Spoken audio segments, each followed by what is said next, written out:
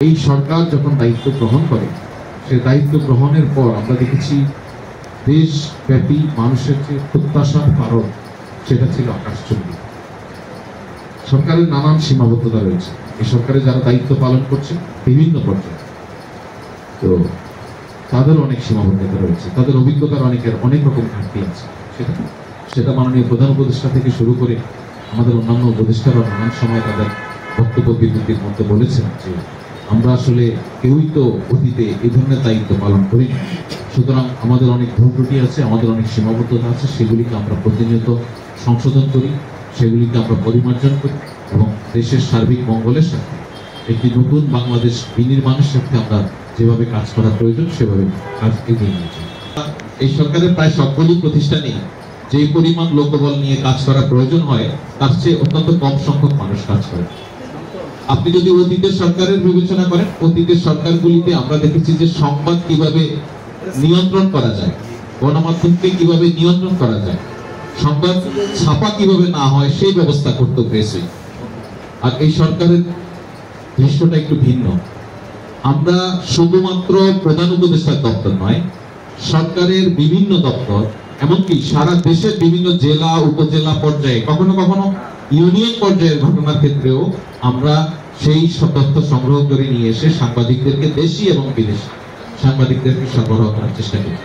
আমাদেরকে এই চ্যালেঞ্জটার মধ্যে পড়তে হওয়ার অন্যতম কারণ হচ্ছে, আপনারা জানেন যে এই সরকার গঠনের পরপরই আমরা দেশি এবং বিদেশি গণমাধ্যমে এক ধরনের তথ্য সন্ত্রাসের কবলে পড়ি। সেটাকে আমরা কোনোভাবেই সাংবাদিকতা বলি না। প্রচুর গুজবের উপর ভিত্তি করে আমরা দেখেছি বিদেশি গণমাধ্যম, বিশেষ করে ভারতীয় গণমাধ্যমে বাংলাদেশের বিরুদ্ধে, বাংলাদেশের সার্বভৌমত্বের বিরুদ্ধে, বাংলাদেশের যে ধর্মীয় সম্প্রীতি, সেই সম্প্রীতিকে নষ্ট করার জন্য পরিকল্পিতভাবে নানান ষড়যন্ত্রমূলক সংবাদ প্রকাশ হয়েছে। সংবাদটিকে আমি সংবাদ বলছি না, তথ্য প্রকাশ হয়েছে, মিথ্যা গুজব, এরকম ফেক নিউজ প্রকাশ হয়েছে। সেগুলি আমাদেরকে মোকাবেলা করতে হয়েছে। যাই হোক, সেগুলি ধীরে ধীরে আস্তে আস্তে সেই সংখ্যাটা কমেছে। এই সংখ্যাটা মিথ্যা এবং গুজব দেশি অথবা বিদেশি মিডিয়ায়, বিশেষত বিদেশি মিডিয়ায় কমে আসার ক্ষেত্রে সবচেয়ে বেশি যারা ভূমিকা রেখেছেন তারা হচ্ছেন মফস্বলের সাংবাদিক। আপনারা জানেন যে ভারতের গণমাধ্যমে যদি একটি সংবাদ প্রকাশ হয় যে হয়তো সে বলছে দিনাজপুরের অমুক জেলায়, অমুক উপজেলায় একটি সাম্প্রদায়িক সহিংসতার ঘটনা ঘটেছে, সে ওইখানে সংবাদ করার ক্ষেত্রে সংবাদ প্রকাশের যে ন্যূনতম ইথিক্স, নিয়ম নীতি, তার কোনোটি মানে স্থানীয় প্রশাসনের কোনো বক্তব্য নেই, ভুক্তভোগীর কোনো বক্তব্য নেই, ঘটনা যাচাই বাছাইয়ের কোনো ব্যাপার নেই।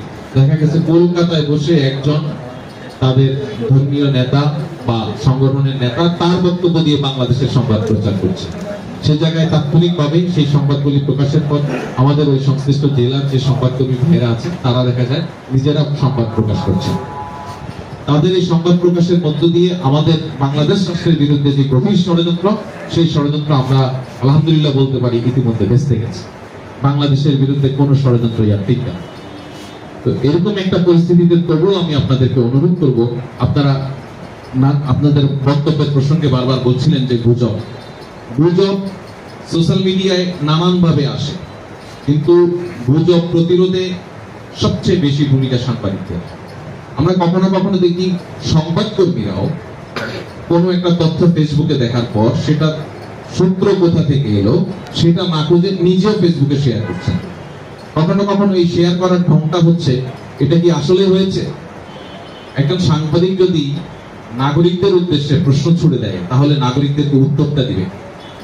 অতএব একজন দায়িত্বশীল গণমাধ্যম কর্মীর কাজ হচ্ছে সাধারণ মানুষ যেন বিভ্রান্ত না হয় এমন কোনো তথ্য কোনো ফর্মে, তার গণমাধ্যমে হোক, তার সোশ্যাল মিডিয়া হ্যান্ডেলে হোক, কোথাও প্রচার করবেন।